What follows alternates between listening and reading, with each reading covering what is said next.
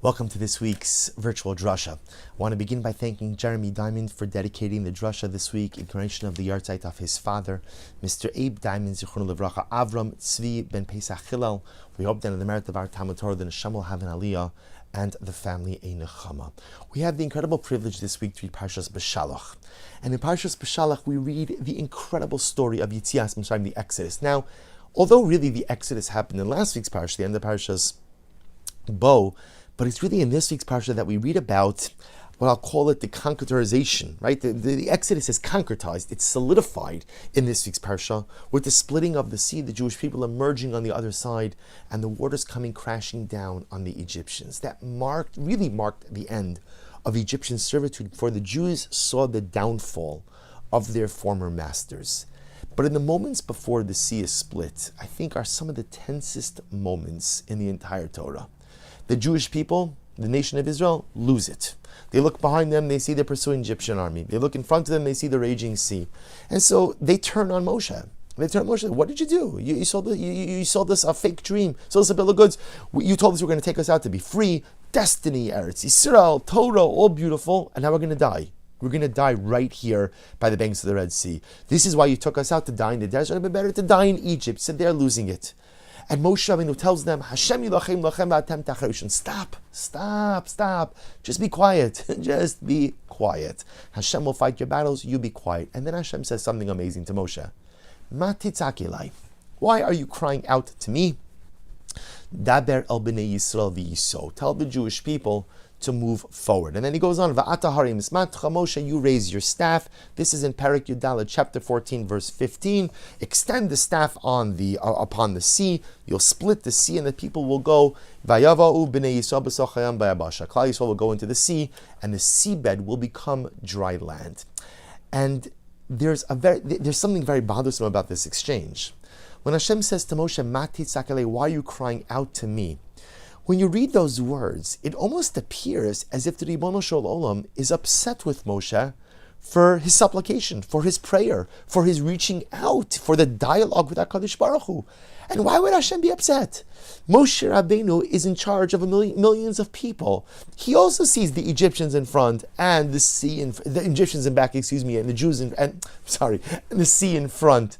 So why can HaKadosh Baruch Hu get upset at Moshe Rabbeinu for going ahead and crying out? So Rashi explains that Hashem's not really upset. What Hashem was saying is, listen, Moshe, you yourself just said it. Hashem yilachem lachem v'atem tacharishon. You just told the people, guys, calm down. God's got this. He's got your back. He's going to fight the battle. So Hashem is telling Moshe, just like you told them to calm down, I'm telling you to calm down. Just walk. Just go. You know exactly what you have to do. But still, the pshuto shal mikra, when you read the words of the pasuk, it's still, to me, it comes across as bothersome.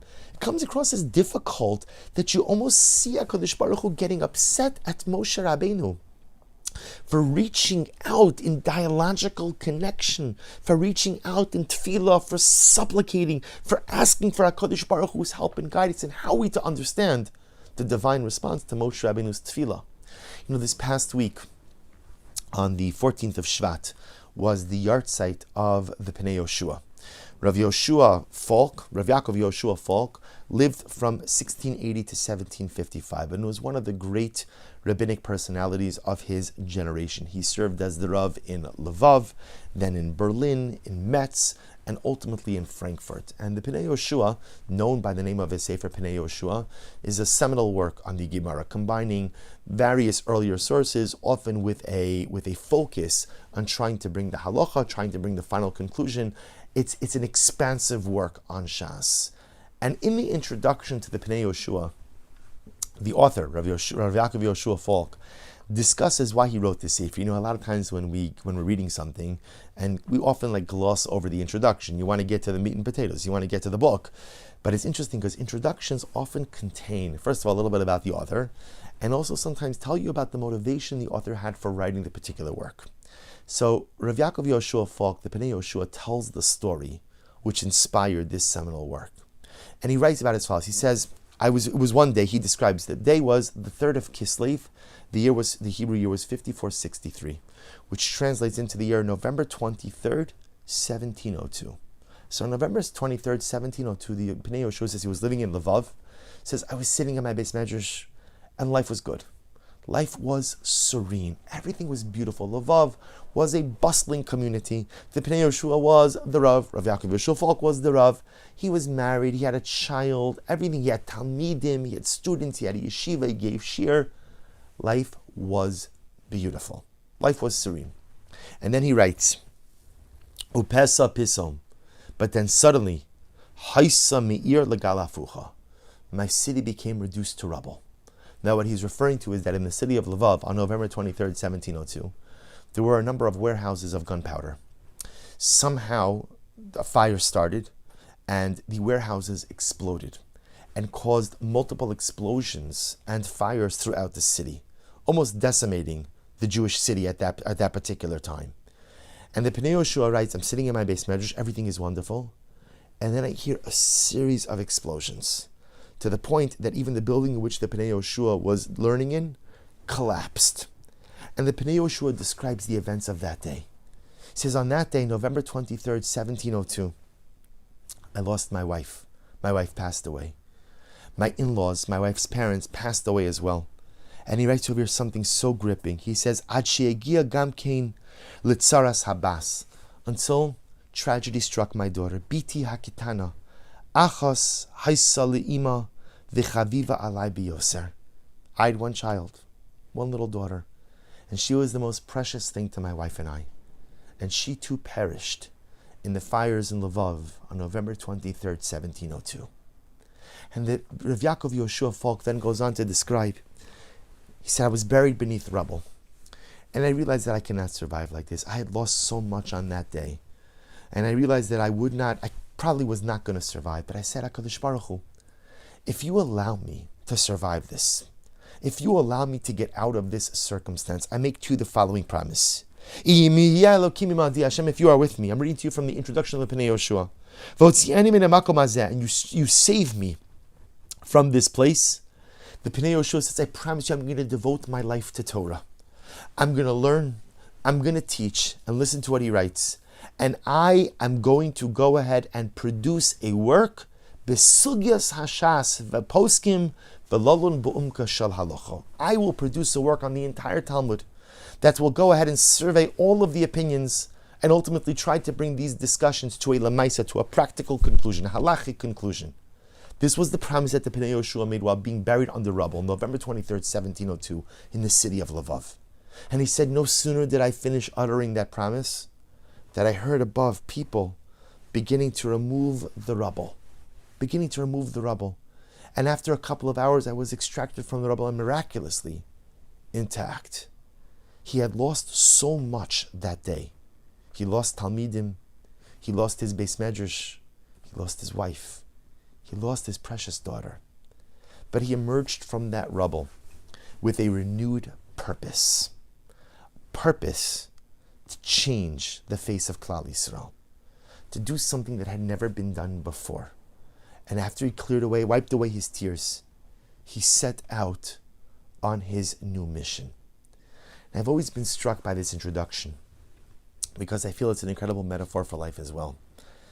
Because often we feel buried under the rubble of life. I feel like life is bearing down on me. My circumstances feel so overwhelming and so difficult, and I can't catch my breath, and there's tsaris, and there's all this stuff, and I just feel buried. Just feel buried underneath the rubble of life. So what do you do when you're buried underneath the rubble of life? What do you do? There's a choice. You could close your eyes and just drift away. You could give up. And sometimes it's very enticing to give up because the rubble is so heavy and it's so difficult to breathe, and I feel like there's 1,000,000 pounds sitting on my chest. And so sometimes the natural thing almost feels like, just give up. Just close your eyes, just give up. Or a person could say no. Although the rubble is heavy, the burden is heavy, and I feel overwhelmed, there are things I have to accomplish, there are things I have to do. And I promise that if I find a way out of this trouble, if I find a way to navigate out of these circumstances, I'm going to accomplish A and B and C. I'm not going to give up. I'm not closing my eyes because I have a life to live. I have things to do. I have contributions to make, and I have change to effect. The Pnei Yoshua chose the second approach. After everything he lost, he could have also closed his eyes and allowed his neshama to drift into Olam Haba. He could have done that. But he chose instead to fight. He chose instead to resist succumbing. He chose instead to make a Kabbalah, to make a promise about how to move his life forward, even after the rubble claimed so much from him. And perhaps this is what HaKadosh Baruch Hu is saying to Moshe Rabbeinu. Moshe Rabbeinu is standing at the banks of the Red Sea, and he's crying out to HaKadosh Baruch Hu, Moshe, what are you going to do? What are you going to do? How are you going to save us? And HaKadosh Baruch Hu tells Moshe Rabbeinu, 1 second, why are you crying out to me? What am I going to do? What are you, capital Y, what are you, HaKadosh Baruch Hu, going to do? HaKadosh Baruch Hu says to Moshe, I have a better question.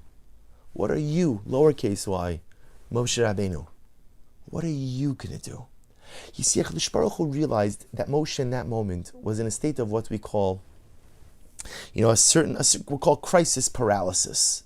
Right? Sometimes we encounter crisis where we're buried underneath the rubble and we become paralyzed. I can't get out of this. There's nothing for me to do. There's no way out. There's no strategy. Moshe Rabbeinu was a shtickle paralyzed. He was paralyzed. He's crying out to HaKadosh Baruch Hu, what should I do? What should I do? Or better yet, he was saying, HaKadosh Baruch Hu, what are you going to do? How are you going to help me? And HaKadosh Baruch Hu says to Moshe, take a deep breath. Save your breath. Don't yell at me. Don't cry out to me. Don't even daven to me right now. Because the question you should be asking is not, what is God going to do?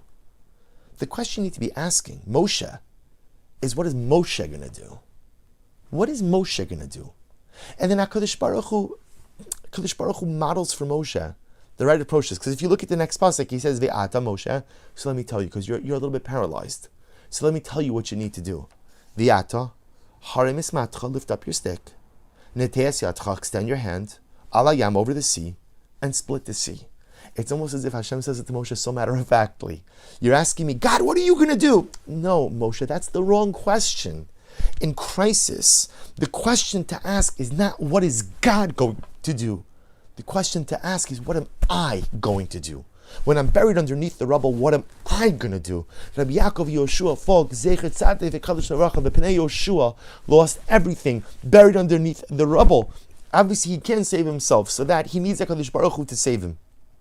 But in that moment when he's buried underneath the rubble, he doesn't ask God, what are you going to do for me?